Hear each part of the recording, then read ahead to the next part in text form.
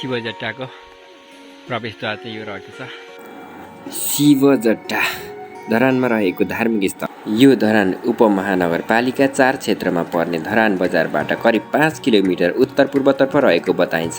नजिकै शिवजट्टा झरना पनि रहेको छ।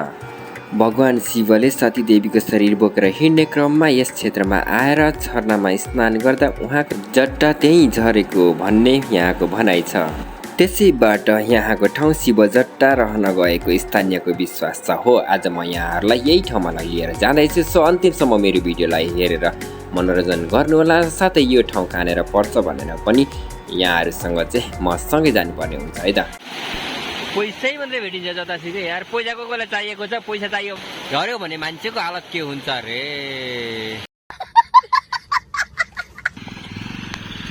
ल त्यो अफरोडको बाटो हिँड्दै यहाँनिर एउटा यस्तो साइन पनि देख्न सक्नुहुन्छ होइन। यहाँबाट यो माथि गयो भने चाहिँ तपाईँहरू यो भेडेटार पुग्नु हुँदो रहेछ। सो यो बाटो जानुभयो भने चाहिँ शिवजट्टा पुगिन्छ। ल बिस्तारै बिस्तारै गाइस, सबैजनालाई मोस्ट वेलकम छ। त्यो अनि नमस्ते। म चाहिँ हाम्रो भास्कर नेपाल। म चाहिँ आज गइराखेको छु भ्लग बनाउन यो शिवजट्टा भन्ने ठाउँमा होइन। धरानबाट नजिकै रहेछ। सो हेर्दै गर्नु है त शिवजट्टा।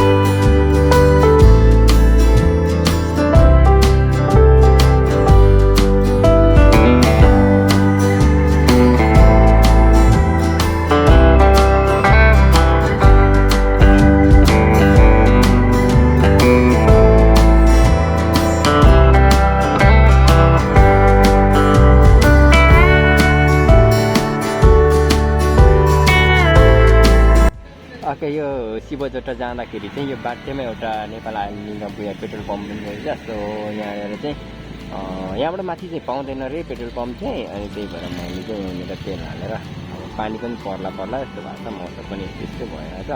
सो यहाँबाट फेरि म चाहिँ यहाँको यात्रा जाँदैछु। शिवजट्टा आज कस्तो छ त्यो म हेरेर यहाँहरूलाई जस्ताको त्यस्तै देखाउने कोसिस गर्नेछु है।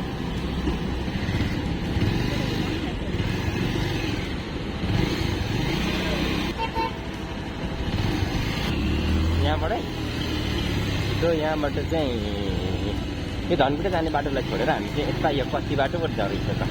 यो अफरोडको बाटो जाने।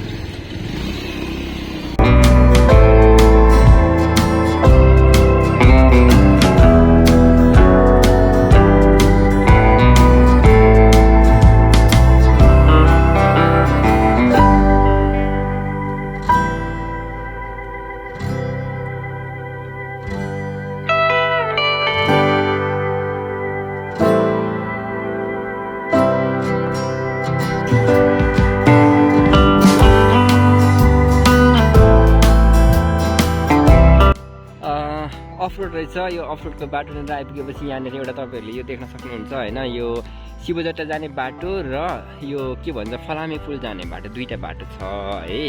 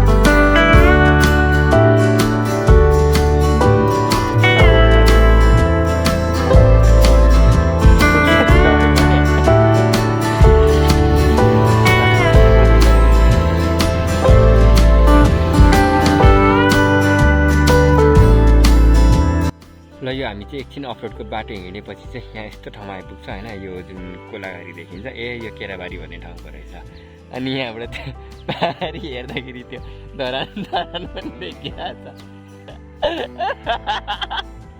यहाँबाट त्यो धरान देखिराखेको छ उयो सानो त्यो घाम लागिराखेको जस्तो छ त्यो चाहिँ धरान हो अनि हामी चाहिँ म चाहिँ यहाँ पर के भन्छ शिवजटा जानु लागेको यस्तो यहाँदेखि उताको फुल बनाएको है बाटो चाहिँ यस्तै हो यो गाउँको बाटो होइन अब यस्तै हुन्छ अब काठमाडौँमा चलाएको पनि हुँदैछ यो गाउँको बाटो होइन सो एकदम रमाइलो पनि भइरहेको छ अनि यति छ हावापानी होइन यो काठमाडौँको भिडभाड काठमाडौँ सहरबाट चाहिँ आज म केही टाढा आइसकेको छु सो यो शिवजटा भ्लग बनाउनको लागि म यहाँ आइसकेको छु सो यतिको दुःख गरेपछि त भिडियो त चल्नु परिहाल्यो नि होइन नयाँ हुनुहुन्छ भने लाइक अनि कमेन्ट सब्सक्राइब पनि गरेर जानु होला अब अरू त के भन्नु छ र अब पुरानोहरूलाई जो जति हुनुहुन्छ भन्नै पर्दैन फुलबारी गरिदिनु होला है यहाँसम्म चाहिँ हो टेम्पो पनि आउँदो रहेछ ल त्यो अफरोडको बाटो हिँड्दै यहाँनिर एउटा यस्तो साइन पनि देख्न सक्नुहुन्छ होइन यहाँबाट यो माथिको भने चाहिँ तपाईँहरू यो भेडेटार पुग्नु हुँदो रहेछ सो यो बाटो जानुभयो भने चाहिँ शिवजटा पुगिन्छ सो हामी चाहिँ शिवजटा हिँडेको सो नन स्टप यो बाटो जानेछौँ है त लागेर बाटो भनेको यस्तै हो साथी हो यहाँनिर काहीँ कतै भित्तामा छेउभित्ताबाट बाघ निस्केर आयो भने चाहिँ के गर्ने हो होइन त्यो वरपर घर पनि रहेनछ करम भने होइन करम त्यो एउटा ठुलो आवाजमा के को रुखो यो यस्तो ठुलो पातहरू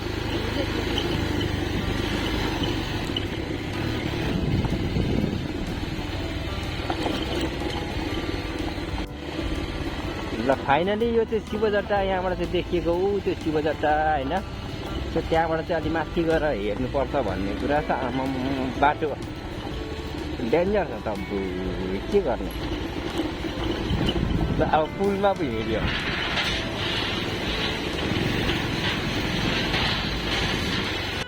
बाटोको त कुरै नगरौँ गाइस बाटो भनेको कस्तो छ भन्ने थाहा छैन गाउँघरको बाटो यस्तो छ यो बाटो कहाँ पुग्छ भने शिवजटा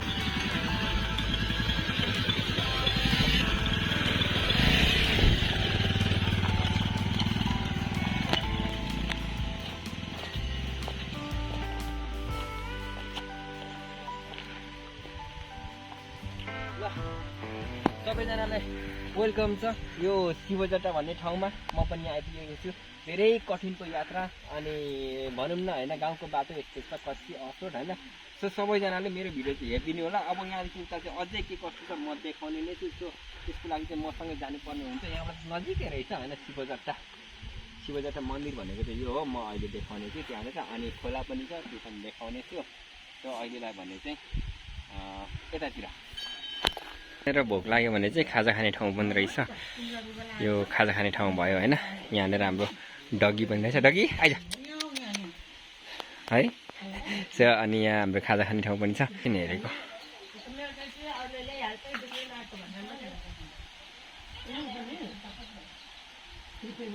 यता मन्दिर अगाडि नै छ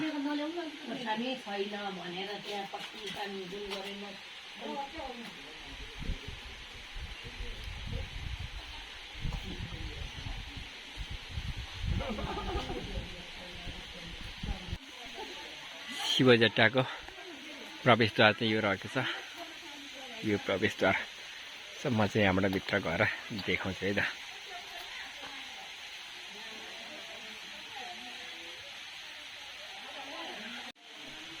यहाँसम्म चाहिँ सवारी साधनहरू आइपुग्छ होइन तपाईँहरू पनि यहाँसम्म सवारी साधन लिएर आउन सक्नुहुन्छ यहाँ चाहिँ एउटा मन्दिर छ अनि त्यसपछि उता त्यो झरना त भइहाल्यो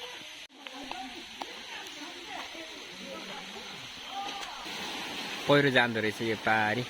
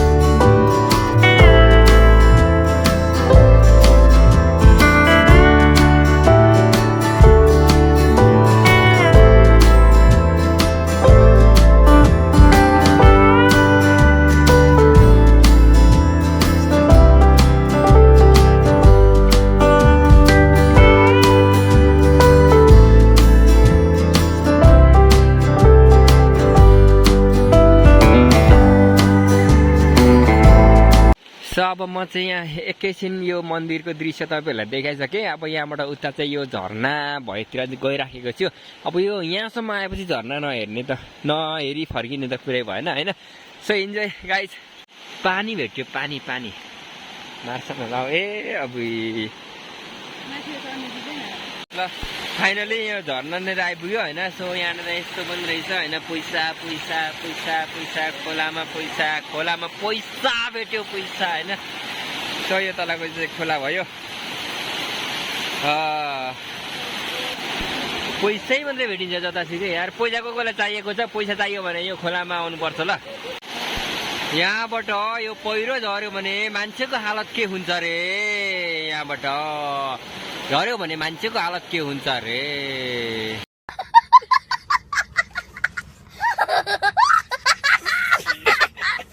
मान्छेको हालत के हुन्छ रे।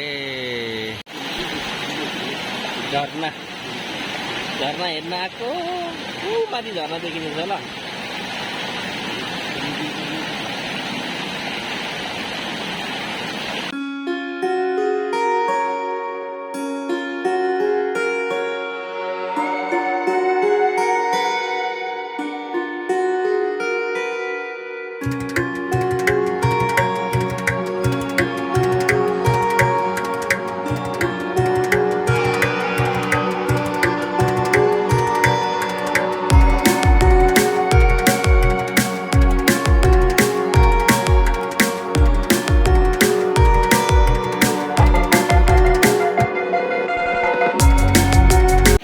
माछा पनि हुँदो रहेछ नि त। माछा माछा कहाँ छ यार, माछाको बच्चा यहाँ माछा देखाएको छ गाइस। माछा कति धेरै हो आम्मो माछा।